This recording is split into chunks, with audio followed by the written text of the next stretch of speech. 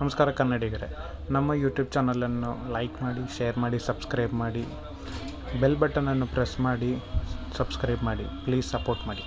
ನಮ್ಮ ಇವತ್ತಿನ ಭಾಗ್ಯಲಕ್ಷ್ಮಿ ಧಾರಾವಾಹಿ ಸಂಚಿಕೆ ಏನಾಯಿತು ಎಂದು ನೋಡೋಣ ಬನ್ನಿ.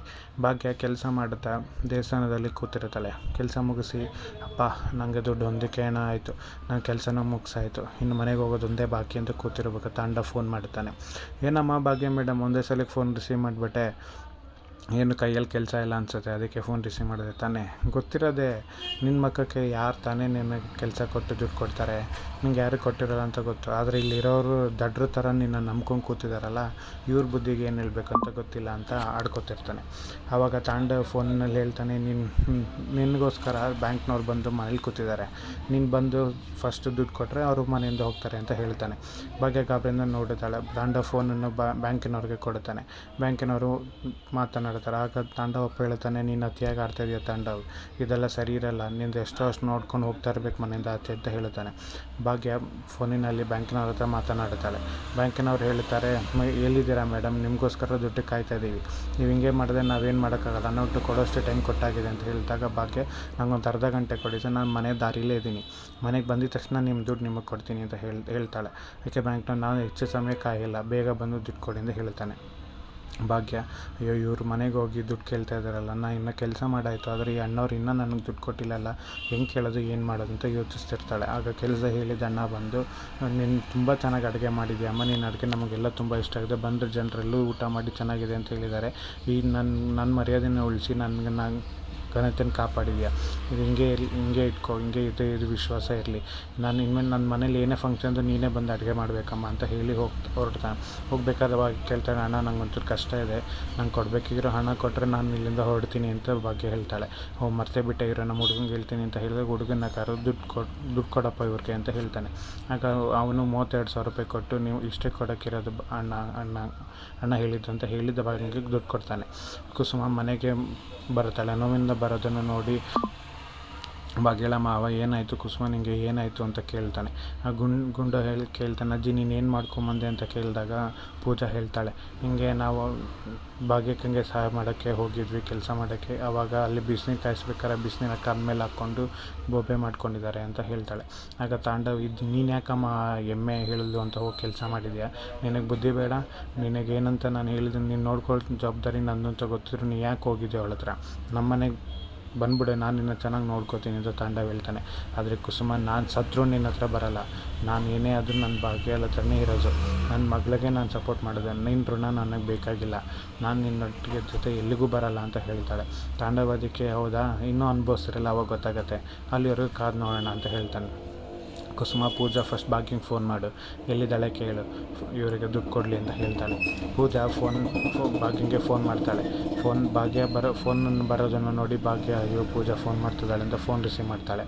ಆಗ ಪೂಜಾ ಕೇಳ್ತಾಳೆ, ಅಕ್ಕ ನೀ ಎಲ್ಲಿದ್ಯಾ, ನಾವು ಮನೆಗೆ ಬಂದ್ವಿ, ಅತ್ತೆ ಹೇಗಿದೆ ಅಂತ ಕೇಳಿದಾಗ ಅತ್ತೆ ಆರಾಮಾಗಿದ್ದಾರೆ, ನೀನು ಫಸ್ಟ್ ಮನೆಗೆ ಬಾಕ, ಬ್ಯಾಂಕ್ನವ್ರು ಬಂದಿದ್ದಾರೆ, ಅವರಿಗೆ ದುಡ್ಡು ಕೊಡಬೇಕಲ್ಲ ಅಂತ ಹೇಳ್ತಾಳೆ. ಆಗ ಭಾಗ್ಯ ಹೇಳ್ತಾಳೆ, ಇವರು 32,000 ರೂಪಾಯಿ ಅಷ್ಟೇ ಕೊಟ್ಟಿದ್ದಾರೆ, 50,000 ಕೊಡ್ತೀನಿ ಅಂದರು, 32 ಕೊಟ್ಟಿದ್ದೀನಿ, 8,000 ಏನು ಮಾಡೋದು ಅಂತ ಗೊತ್ತಿಲ್ಲ ಅಂತ ಹೇಳ್ತಾಳೆ. ಆಗ ಪೂಜಾ ಫೋನ್ ಕಟ್ ಮಾಡಿ ಕುಸುಮ ಕೇಳ್ತಾಳೆ, ಏನಾಯಿತು ಪೂಜಾ, ಏನಾಯಿತು ಅಂತ ಕೇಳಿದಾಗ ಹೇಳ್ತಾಳೆ ಪೂಜಾ, 32,000 ಅಷ್ಟೇ ಅಂತೆ ಅತ್ತೆ ಅರೇಂಜ್ ಆಗಿರೋದು, 8,000 ಇಲ್ವಂತೆ ಅಂತ. ತಾಂಡವ್ಗೆ ಫುಲ್ ಖುಷಿಯಾಗುತ್ತದೆ. ಕುಸುಮ ಗಾಬರಿಯಿಂದ ಬ್ಯಾಂಕಿನವ್ರನ್ನ ನೋಡ್ತಾಳೆ. ಬ್ಯಾಂಕಿನವರು, ಅದೆಲ್ಲ ಆಗೋದಿಲ್ಲ, ನಮಗೆ 40,000 ಬೇಕೇ ಬೇಕು, EMI ಕ್ಲಿಯರ್ ಆಗಬೇಕಂದ್ರೆ 40,000 ನೀವು ಕಟ್ಟಿದ್ರೇ EMI ಕ್ಲಿಯರ್ ಆಗೋದು, ಇಲ್ಲಾಂದರೆ ಕ್ಲಿಯರ್ ಆಗೋಲ್ಲ ಅಂತ ಖಂಡಿತವಾಗಿ ಹೇಳ್ಬಿಡ್ತಾರೆ. ಇದನ್ನು ಕೇಳಿ ತಾಂಡವ್ ಮತ್ತು ಸಿಸ್ಟರ್ ಇಬ್ಬರು ಖುಷಿ ಪಡ್ತಾರೆ, ಖುಷಿಯಿಂದ ನಗುತ್ತಿರ್ತಾರೆ. ಅಲ್ಲಿಗೆ ಭಾಗ್ಯ, ನಮ್ಮ ಬಂದು ತುಂಬ ನಗಬೇಡಿ, ನನ್ನ ಮಗಳು ಅಷ್ಟು ಸುಲಭಕ್ಕೆ ಸೋಲಲ್ಲ ಅಂತ ಹೇಳ್ತಾಳೆ. ನೋಡು ತಾಂಡವ್, ಅವ್ರ ಮಗಳು ತುಂಬ ಈಸಿಯಾಗಿ ಸೋಲಲ್ವಂತೆ ಅಂತ ಆಡ್ಕೊಂಡು ನಗ್ತಾ ಇರ್ತಾಳೆ ಶ್ರೇಷ್ಠ. ಇದನ್ನು ಕೇಳಿ ತಾಂಡವ್ ಖುಷಿಯಾಗಿರುತ್ತಾನೆ. ನೀನು ಹಿಂಗೆಲ್ಲ ವ್ಯಂಗ್ಯವಾಗಿ ನನ್ನ ಹತ್ರ ಮಾತಾಡೋಕ್ಕೆ ಬರಬೇಡ, ಇಲ್ಲಾಂದ್ರೆ ಗ್ರಾಚಾರ ಬಿಡಿಸ್ಬಿಡ್ತೀನಿ, ಬಾಯಿ ಮುಚ್ಕೊಂಡು ಮನೆಯಿಂದ ಆಚೆ ಹೋಗು ಅಂತ ಭಾಗ್ಯನಮ್ಮ ಹೇಳ್ತಾಳೆ. ಕುಸುಮ ಅದನ್ನು ದುರ್ಗುಟ್ಕೊಂಡು ಅವರಿಬ್ಬರನ್ನ ನೋಡ್ತಿರ್ತಾಳೆ. ಆಗ ಶ್ರೇಷ್ಠ ಹೇಳ್ತಾಳೆ, ಹಿರಿ ಆಂಟಿ, ಎಲ್ಲರೂ ಒಟ್ಟಿಗೆ ಮನೆಯಿಂದ ಆಚೆ ಹೋಗೋಣ, ನೀವು, ನಾವು, ಅಪ್ಪ ಅಮ್ಮ, ಭಾಗ್ಯ, ನಾವು ಎಲ್ಲರೂ ಒಟ್ಟಿಗೆ ಹೋಗೋಣ ಅಂತ ಹೇಳ್ತಾಳೆ. ಆವಾಗ ಬ್ಯಾಂಕಿನವ್ರು ಆ ಕಡೆ ತಿರುಗಿ ನೋಡ್ತಾರೆ, ಆದರೆ ಯಾರೂ ಬರೋದಿಲ್ಲ. ಅದನ್ನು ನೋಡಿ ತಾಂಡವ್ ಕೂಡ ಟೆನ್ಷನ್ ಆಗಿರ್ತಾನೆ, ಬಂದಿಲ್ಲಲ್ಲ, ನಾನು ಗೆದ್ದೆ ಅನ್ನೋ ಅನ್ನೋ ಅಂದರೆ ಖುಷಿ ಪಡುತ್ತಿರುತ್ತಾನೆ. ಬ್ಯಾಂಕಿನವ್ರು ಇನ್ನೂ ನಾನು ಸಮಯ ಕೊಡುವುದಕ್ಕಾಗಲ್ಲ, ನಾವು ನಮ್ಮ ಕೆಲಸ ಮಾಡಲೇಬೇಕು, ದಯವಿಟ್ಟು ನಮ್ಮ ಕೆಲಸಕ್ಕೆ ಸಪೋರ್ಟ್ ಮಾಡಿ, ಹಾಗೆ ನೀವು ಸಪೋರ್ಟ್ ಮಾಡಿಲ್ಲ ಅಂತಂದರೆ ನಾವು ಪೊಲೀಸವ್ರನ್ನ ಕರಿಬೇಕಾಗತ್ತೆ, ಮುಂದೆ ನಿಮಗೆ ಬಿಟ್ಟಿದ್ದು ಅಂತ ಹೇಳ್ತಾರೆ. ಆಗ ಭಾಗ್ಯರ ಅತ್ತೆ ಮಾವ ಇಬ್ಬರು ಪೂಜಾ 3 ಜನ ಕೇಳ್ಕೊತಾರೆ, ಇನ್ನೊಂದು ಅರ್ಧ ಗಂಟೆ ಟೈಮ್ ಕೊಡಿ, ಇವತ್ತೊಂದಿನ ಟೈಮ್ ಕೊಡಿ, ಇವತ್ತೊಂದು ದಿವಸಂಗೆ ನಾಳೆ ಒಂದು ನೀವು ದುಡ್ಡು ಕಟ್ತೀವಿ ಅಂತ ಹೇಳ್ತಾರೆ. ಆದರೆ ಬ್ಯಾಂಕಿನವರು ಇಲ್ಲ ಆಗೋದೇ ಇಲ್ಲ, ಈಗ ನೀವು ಕಟ್ಟಲೇಬೇಕು, ಇಲ್ಲ ಮನೆ ಸೀಸ್ ಮಾಡಬೇಕು, ಎರಡಲ್ಲಿ ಒಂದೇ ಇರೋದು ನಿಮ್ಗೆ ಆಪ್ಷನ್ ಅಂತ ಹೇಳ್ತಾರೆ. ಆಗ ಬ್ಯಾಂಕಿನವರು ಎಲ್ಲರೂ ಮನೆಯಿಂದ ಆಚೆ ನಡೀದು ನಾವು ಸೀಸ್ ಮಾಡ್ತೀವಿ ಅಂತ ಎದ್ದೇಳ್ಬೇಕಾದ್ರೆ ಭಾಗ್ಯ ಬಂದು ನಿಲ್ಲಿಸಿ ಅಂತ ಹೇಳಿದಾಗ ಭಾಗ್ಯ ಬಂದು ನೋಡಿ ಮನೆಯವರೆಲ್ಲರೂ ಖುಷಿ ಪಡ್ತಾರೆ. ಆ ಭಾಗ್ಯ ಏನೋ ಒಂದು ಮಾಡೇ ಮಾಡ್ತಾಳೆ ಅಂತ ಗೊತ್ತಿರುತ್ತೆ. ಅವ್ರು ಭಾಗ್ಯ ಒಳಗೆ ಬಂದು ದುಡ್ಡನ್ನು ತೆಗೆದು ಅವ್ರಿಗೆ ಕೊಡ್ತಾಳೆ. ತಗೊಳ್ಳಿ, ಇದು ನಮ್ಮ ಮನೆ EMI ದುಡ್ಡು ಇದರಲ್ಲಿದೆ ಅಂತ ಬ್ಯಾಂಕಿನವ್ರು ಕೊಡ್ತಾಳೆ. ಬ್ಯಾಂಕ್ನವ್ರು ಹುಡುಗಂಗೆ ಕೊಟ್ಟು ಇದನ್ನು ಎಣ್ಸಪ್ಪ ಎಷ್ಟಿದೆ ಅಂತ ಹೇಳ್ತಾಳೆ. ಅದೇ ತಾಂಡವಿಗೆ ಒಂದು ಬಲವಾನ್ ನಂಬಿಕೆ ಇರುತ್ತೆ, ಅವಳು ಅಡ್ಜಸ್ಟ್ ಮಾಡಿರಲ್ಲ ಅಂತ. ಆ 32,000 ಏನು ಎಣಿಸ್ತೀರಾ ಸರ್, ಅಲ್ಲಿ ಇರೋದೇ 32,000 ಇರುತ್ತೆ, ಅದಕ್ಕಿಂತ ಜಾಸ್ತಿ ಏನಾರು ಆಗಿರುತ್ತೆ, ಕಮ್ಮಿ ಆಗಿದೆ, ಅವಳನ್ನ ಫಸ್ಟ್ ಮನೆಯಿಂದ ಹೊರಗೆ ಹಾಕಿ ಮನೇನ ಸೀಸ್ ಮಾಡಿ, ಆವಾಗಲೇ ಇದಕ್ಕೆ ಸರಿ ಹೋಗೋದು ಅಂತ ಹೇಳಿದಾಗ ತಾಂಡವಪ್ಪ, ನೀನು ಬಾಯಿ ಮುಚ್ಕೊಂಡಿರೋದನ್ನು ಕಲಿ, ನಿನಗೂ ಇದಕ್ಕೂ ಸಂಬಂಧ ಇಲ್ಲ, ನನ್ನ ಸೊಸೆ ಹೊಂದಿಸಿರ್ತಾಳೆ, ಕಟ್ತಾಳೆ ಅನ್ನೋ ನಂಬಿಕೆ ಅತ್ತೆ ಮಾವಂಗೆ ಇಬ್ಬರಿಗೂ ಇರುತ್ತೆ. ತಾಂಡವ ಹೇಳ್ತಾನೆ, ಏನು ಭಾಗ್ಯ ಮೇಡಮ್ ಸೋತ್ರ ಅಂತ ಅನ್ನೋ ಖುಷಿಲೇ ವ್ಯಂಗ್ಯವಾಗಿ ಭಾಗ್ಯನ ಕೇಳ್ತಾನೆ. ಕುಸುಮ ಅದನ್ನು ಏನೋ ಅಸಹಾಯಕತನವಾಗಿ ನೋಡ್ತಿರ್ತಾಳೆ, ಇವನು ಏನಕ್ಕೆ ಹಿಂಗೆ ಆಡ್ತಾಯಿದ್ದಾನೆ ಅಂತ. ಶ್ರೇಷ್ಠ ಹೇಳ್ತಾಳೆ, ನೀನು ಯಾಕೆ ತಾಂಡವನ್ನು ಚುಸ್ ಮಾತಾಡ್ತಾ ಇದೆಯಾ ಬಿಡು ಅಂತ. ತಾಂಡವ ಹೇಳ್ತಾನೆ, ನಾನು ಹೇಳೋವಾಗ ಒಂದು ಕೆಲಸ ಮಾಡಿದ್ರೆ ನಾನು ಮನೆ ಉಳಿಸ್ಕೊಡ್ತೀನಿ ಅಂತ. ಭಾಗ್ಯಲಮ್ಮ ಹೌದಾ ಉಳಿಸ್ಕೊಡ್ತೀರ ಅಂತ ಖುಷಿ ಪಡ್ತಾಳೆ. ಅದೇ ತಾಂಡವಪ್ಪ, ನೀನು ಬೀಗ ಈ ಮಾತಿಗೆಲ್ಲ ನೀವು ಮರಳಾಗಬೇಡಿ, ಏನೇ ಅದು ನಾನು ಒಪ್ಪಲ್ಲ ಇದಕ್ಕೆ ಅಂತ ಹೇಳ್ತಾನೆ. ಆಗ ತಾಂಡವ ಹೇಳ್ತಾನೆ, ಭಾಗ್ಯ ಏನೋ ಮಾಡೋದು ಬೇಡ, ಚಿಕ್ಕದಾಗಿ ನನ್ನ ಮುಂದೆ ಬಂದು ಮಂಡಿ ಊರಿ ನಾನು ಇದರಲ್ಲಿ ಸೋತೆ ಅಂತ ಒಪ್ಕೊಂಡ್ರೆ ಸಾಕು, ಈ ಮನೇನ ನಾನೇ ಬಿಡಿಸ್ಕೊಡ್ತೀನಿ ಅಂತ ಹೇಳ್ತಾನೆ.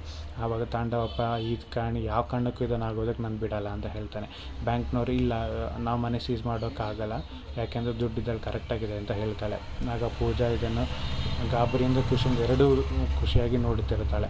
ಬ್ಯಾಂಕಿನವ್ರು, ಹೌದಾ ನಿಜವಾಗ್ಲೂ ಕರೆಕ್ಟಾಗಿದೆ ಅಂತ. ಹ್ಞೂ ಸರ್, ಇದರಲ್ಲಿ 40,000 ಕರೆಕ್ಟಾಗಿದೆ, EMI ಫುಲ್ ಕ್ಲಿಯರ್ ಆಗುತ್ತೆ ಅಂತ ಹೇಳ್ತಾನೆ. ತಾಂಡವ ಮತ್ತು ಶ್ರೇಷ್ಠ ಇಬ್ಬರು ಗಾಬರಿಯಿಂದ ನೋಡುತ್ತಿರ್ತಾರೆ. ಭಾಗ್ಯ ಖುಷಿಯಿಂದ ತಲೆ ಎತ್ತಿ ನಿಲ್ಲುತ್ತಾಳೆ. ಭಾಗ್ಯ ಖುಷಿಯಾದ ಮುಖದಲ್ಲಿ ಕಷ್ಟಪಟ್ಟು ಕೆಲಸ ಮಾಡಿದ್ದು ಖುಷಿ ಅವಳ ಮುಖದಲ್ಲಿ ಕಾಣ್ತಾ ಇರುತ್ತೆ. ತಾಂಡವಕ್ಕೆ ಮುಖಕ್ಕೆ ಮಂಗಳಾರತಿ ಎತ್ತಂಗಾಗುತ್ತೆ. ಶ್ರೇಷ್ಠ ತಾಂಡವ ಮುಖ ನೋಡಿ ನಾವು ಸೋತ್ವಿ ಅಂತ ಅಂದ್ಕೊಂಡು ತಾಂಡವ ಮುಖ ನೋಡ್ತಿರ್ತಾಳೆ. ಬ್ಯಾಂಕ್ನವ್ರಿಗೆ ಹೇಳ್ತಾನೆ, ಇದು ಹೆಂಗೆ ಸಾಧ್ಯನೇ ಇಲ್ಲ ಅವಳು ಕೊಡೋಕ್ಕೆ, 32,000 ಇರಬೇಕಲ್ಲ ಅಂತ. ಅದಕ್ಕೆ ಬ್ಯಾಂಕ್ನವ್ರಿಗೆ ತಾಂಡವನ ನೋಡ್ತಿರ್ತಾರೆ. ಭಾಗ್ಯ ಹೇಳ್ತಾಳೆ, ಸರ್ ನಿಮ್ಗೇನಾರು ಅಷ್ಟು ಡೌಟ್ ಇದ್ದರೆ ನೀವು ಬ್ಯಾಂಕನ್ನ ಹತ್ರ ದುಡ್ಡು ಇಸ್ಕೊಂಡು ನೀವೇ ಎಣಿಸಿ ಅವ್ರಿಗೆ ಕೊಡಿ ಅಂತ. ಭಾಗ್ಯ ಅದನ್ನು ಫೇಸಿಂದ ನೋಡ್ತಿರ್ತಾಳೆ. ನಿಮ್ಗೇನಾದ್ರು ಡೌಟ್ ಇದ್ದರೆ ನೀವೊಂದ್ಸಲ ಎಣಿಸ್ಬಿಟ್ಟೆ ಕೊಡಿ ಅಂತ ಹೇಳ್ತಾಳೆ ಭಾಗ್ಯ. ಅದಕ್ಕೆ ಶ್ರೇಷ್ಠ ಏನನ್ನು ಹೇಳೋದು ಸ್ವಲ್ಪ ಹುರ್ಕೊಂಡು ಅವಳನ್ನ ನೋಡ್ತಿರ್ತಾಳೆ. ಆಗ ತಾಂಡವಪ್ಪ ಹೇಳ್ತಾನೆ, ನೋಡಿದ್ಯಾ ನನ್ನ ಮಗಳು ಹೇಗೆ ನನ್ನ ಸೊಸೆ ಹೇಳಿದ್ದನ್ನು ಮಾಡೇ ಬಿಟ್ಲು, ಅವಳು ಏನು ಅನ್ನೋದು ಈಗಾದರೂ ಎಲ್ರಿಗೂ ಗೊತ್ತಾಯ್ತು ಅಂತ ಹೇಳ್ತಾನೆ.